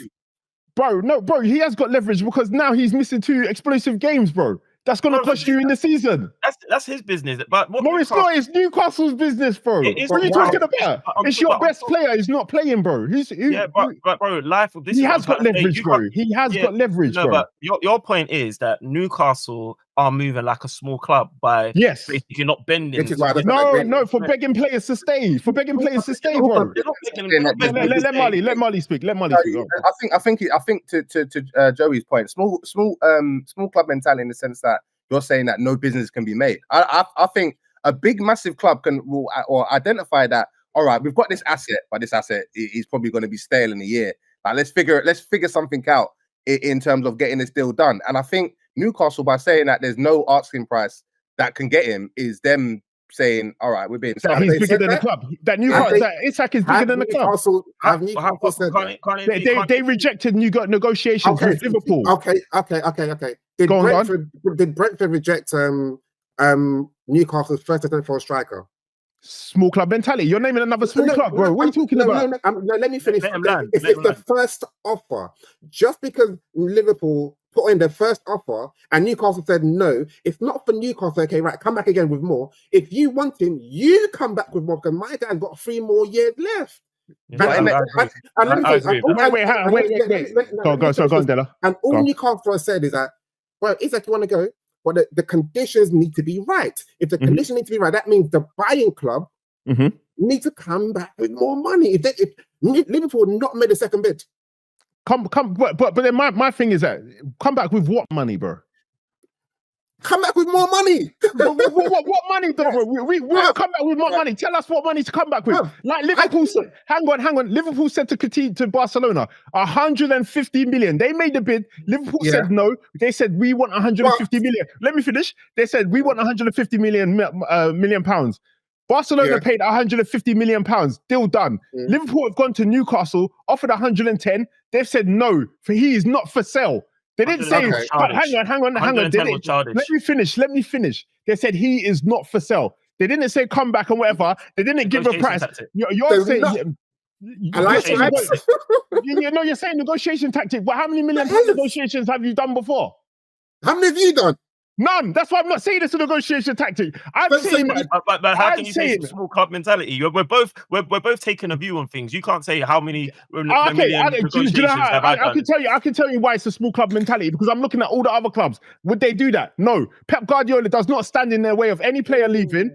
And now he's regretting. Now he's regretting Cole Palmer, and he's standing in the way. No, you're talking about regret. You're talking about regret. How can he be regretful? You just used a player. You Strives. just used a manager who right now is standing in the way of Savinho moving to Spurs. No, he's not standing in the way of Savinho. What do you mean? No, he's not. He said, "I don't." What are you talking about? Savinho is happy to go to Spurs, but he's also happy to stay at Man City. And Man City are saying... So what does that mean? Wait, Strives. That's a completely different situation, bro. You name the player that is happy to stay or happy to go. What are you talking about? We're talking about players that want to leave. Let's put it down. You just said... Sorry. You just said that Pep Guardiola, would not stand in the way of a player that wants to leave. All right. Exactly. Wants to leave. That's it. All right. Want to leave. But what I'm saying that Pep Guardiola has learnt from his mistake in letting Cole Palmer go. Yeah, give me evidence of that. And now, give me evidence of that. So the evidence of that is that Savinho right now could potentially be a Spurs player, but Man City. Savinho hasn't said he wants to leave, bro. He hasn't said he wants to leave. So then it's not. You can't use it as an example. But he's expressed interest that he was happy to play for Spurs. So he's what? been respectful about it. Strives. You're not being fair. You're not being fair here, because we have to use level examples. The exact what I specifically said. We're never gonna get the exact same thing. Yes, we will, because we got Coutinho and we got Isak. Coutinho and Isak Ronaldo, who wanted to go to Real Madrid. And then what he spoke to the manager, and then he had an agreement with the manager. Isak said, I don't want to speak to you guys. Isak said, don't look at me like I owe you anything. That's what Isak said. But he does. He owes them 3 years, bro. He owes them 3 years of playing. No. Come on, Strives. You know what Isak said. But they made an arrangement to say that, all right, he probably said he wanted to go ages ago, and they said he did at the start of the season, apparently. He could go. That's where his issue is. No, but Della, me and you, I've already said, me and you agree, Della. Me and you agree that we agree that he should leave at the right price for Newcastle.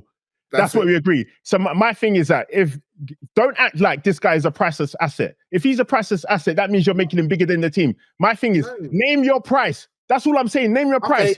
And I imagine there's some sort of discourse going on in the background. The agent knows what one or whatever. Cool. My only disagreement with you when you said it's a small club mentality to try and keep a player that is on the contract, is a valuable asset to you. It's not a small club mentality. It's you looking. Tell me why you disagree. No, tell me why you disagree with that then. Because hang on, wait. My thing. And this isn't about football as well. This is anything in life. I can only talk about football. No, this is anything in life. Strives, Marley. If anybody you're with ever says to you, "I don't want to be here or with you anymore," let me finish. No. Let me finish. Wait. Stop. Stella, stop. Yeah, but at the same time, please let me finish. Let me just finish. You might have fucked up, and you might be like, finish. Let me just finish, please. Let me finish. I'm saying my thing in life. If you man come to me and I advise you, my thing is, don't go where you're celebrated. Don't keep anything that does not want to be with you. That's my thing in life. That's for you. Yes, that's what I just said. I literally just said that. So now I've got a small club mentality for that. Oh my gosh. That's what you think. Oh my gosh. Yeah, and I think anybody who doesn't agree with me on that is also a small man mentality. But forget about that. My point is, if you know that that's my approach to life, when I apply it to football, I look at it and I think if you're a big club, you should back yourself regarding your ability to attract players, your ability to replace players, all of these things. If you don't back yourself, that's when you start worrying about, how we gonna eat, how we gonna feed our kids and all that kind of stuff. You're a big team, you're big players, bro. Replace those guys. Now, I know that not every team can do that, but the teams I expect to do that are big clubs. That's why I said it's a small club mentality. Joey, I'm just explaining. Yeah, go on, Strives. Can I just question your view just a little bit there? Because I'm not saying that you're wrong, and I'm not even saying that the premise of the way you approach things, is one that I would flaw. To be fair, like I put some credence to that. I put some weight on some a lot of the things that you said. Like, I align with you, but I'm trying to say. Yeah. However, what I will challenge though is who's saying Newcastle aren't doing those things? Just because Newcastle are going about it a different way, that doesn't mean Newcastle aren't doing exactly what you've just said. Newcastle may trust themselves in the market, but they're also not going to leave themselves naked. That's why I had to say that. That's why I personally believe that they're not moving in a small club mentality purely because they may be doing what you're doing, but they're just saying, we're doing it this way round though. Agreed, Strav. And at the end of the transfer window, if that happens to be the case, then then they're not a small club mentality. But from what I'm seeing and from what I've heard from Eddie Howe per se, then that's what it smacks of. I've heard Eddie Howe saying, yeah, like I fully expect this guy to be in our team come the end of the transfer window. That's what he said in Asia when Craig was covering. Because this guy has told you, he said to you, he claims at the start of the season, I don't want to play for you. He claims that he also said 2 weeks before the end of the season, I don't want to play for you. And then he's saying, and then you're Eddie Howe saying, yeah, I fully expect this guy to be here, bro. Brother, how many times do you want him to cheat on you, bro? Like before you get him back? I'll give you all the warning shots. I'm communicating to you. I know, but if the conditions were met, then Eddie Howe shouldn't be saying that in a press conference, is my point. What happens if he does end up playing for Newcastle and ends up like obviously performing at the usual high standards? Do you change your view then, or do you never? Because my view is if again, unless you have some kind of agreement and like even in Isak could also put in a contract. It's the agreement. No. But Della, do you know why the contract is not important? Because when teams want, very important. Let me tell you why. Let me tell you why. Because like Højlund's got a contract. What did Højlund say? I'm gonna be here. Hang on, he said I'm gonna be here, bro. But then they didn't care. Man United. Exactly. So stop trying to say contract because we know that you're saying get an agreement. I said the contract is the agreement. What other agreement can you get? A piece of paper that you can go. You can do addendums to contracts. You can adjust contracts. But that has not been done. So the contract still stands. But I disagreed with you when you said contract, bro, because there are agreements that trump contracts because there are players that have had agreements that leave. So like obviously I wouldn't do that. My point is that a contract isn't as rock solid as you. I never said it is, but I said it's still a contract. So why are you saying it then? Because you said there needs to be an agreement. No, you said there needs to be an agreement. Yeah, there needs to be an agreement. Is the agreement? That's but a contract is not the agreement that you're making. A contract is about. What's the difference you're talking about? Just to set my question. What you're talking about? The agreement I'm talking about is the one that you brought up when you mentioned Ronaldo and Man United and Alex Ferguson. Huh? So that's a tight agreement than a contract. No, I didn't say so. When did I say tight agreement? All I said is there needs to be an agreement, and then you cut me off. You cut me off. Okay. Now, Lance, what's the agreement? A piece of paper. I you like literally what you said regarding Alex Ferguson and Cristiano Ronaldo, so bro. That agreement, which is not in a contract, is more fitting than a contract that you signed. But it's proven to be in loads of occasions. I can give you loads of occasions where the agreement has trumped the contract. But that's only proven to be where the club's honourable. So we're not saying that Newcastle. We're not saying Newcastle's honourable. So that's what we're not saying. But I think just to center how we got onto this debate, Della prefaced the discussion. I think you prefaced the discussion saying small club mentality. Newcastle, it's small club mentality, and whether Newcastle are honourable or not. But I think where I disagree is that I just don't know that it is small club mentality. If, as the club, you're basically saying the club comes first. So whatever you want, player, this isn't putting the club. This isn't putting the club first, in my opinion, though, because again, like if you've got your best asset unable to play, I don't think that's putting the club first. Yeah, that's one of my points. Imagine if Bukayo Saka or Salah was protesting. Get rid of that man. Get rid of that man. Get as much money as possible. Secure the finances. And until they do that, they're a small club mentality. Until they do that, is what I'm trying to say. You're fighting the fight. You're swinging in the effort against nobody, bro. I'm not because I said we agree. We both agree. Get as much money for him as possible. We agree that. That's it. And I think they're small club until they do that, in my opinion. Well, we just have to wait and see how it plays out because I think they might just. I know how he's going to play it. He's not going nowhere. You already said that as well, so we both know he's not going nowhere. But yeah, we've got a week in it. We've got a week next Monday. The window closes, so we'll see what one. What's the date of the closing? It must be 1st of December, right? No, September. What is it? Is it on the 12 a.m. September, 12 a.m. August 31st? That's our, yeah.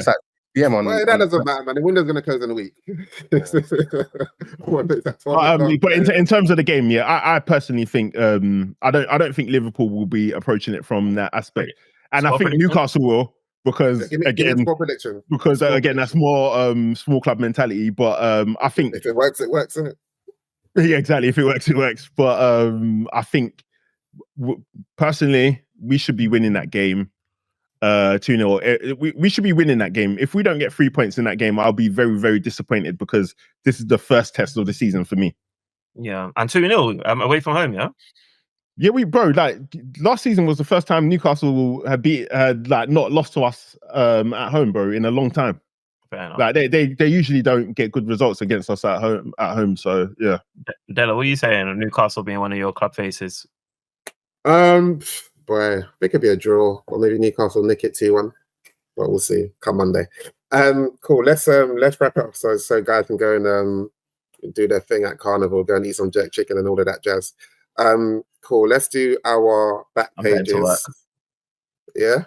Oh yeah. Is that what you call it, bro? Wow. 9 to 5. Let's do our back pages. And Joey, you go first. Yeah, my back page is Glock 14, man. G14, bro, man. He used up all my energy, bro. I ain't got no more hate watchers left in me, man. So I think next time I watch Arsenal, I'll be watching as a fan. So well done, Gyökeres, on opening up your account. It's not easy to do, man.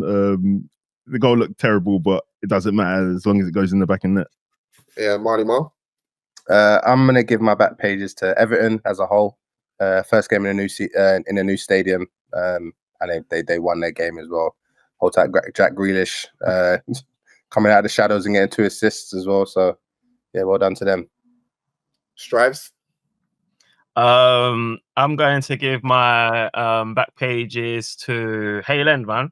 I'm going to give it to Hayland. I just for Max Dowman, he didn't quite break Ethan Ranieri's record. I think it was 3 days out, but literally to see him get his debut, I thought that was a massive testament to Hayland, and yeah, man. So I want to give my back pages to Arsenal's academy, man. So yeah, big up. I'm big up Gyökeres as an honourable mention. Like Joe said. All right, man. Let's see if Jason Cundy chat shit about his early debut as well. Who's yeah, like they're talking about Ranieri. They're not going to say that. Honourable mention to for me. Honourable mention for Eze for he's that full circle moment. I'll come back to Arsenal, but yeah. I'm going to go to the other side of North London. Give it to Thomas Frank. Back-to-back wins. Is it back-to-back clean sheets as well? Yeah. So yeah, shout out to him. New manager at the stadium. But the thing is with Spurs, the managers do tend to have like the start of the season pretty well. Mourinho, Conte, and now Frank. But let's see if this one is different to what we've seen before. So yeah, back pages will go to Thomas Frank. Right, listeners, watchers, come to the end. Thank you for rocking with us. If you're going Carnival, and actually when it comes out, you're probably going Carnival the day before. But anyway, yeah, thank you for rocking with us. We'll be back again next week. Peace out. Follow us. I sorted it, guys. Hey, follow us on Insta, Podcast Pundits, TikTok, Podcast Pundits, X Podcast Pundits. Thank you. Like, comment, share, and subscribe. Again, over and out. Peace out.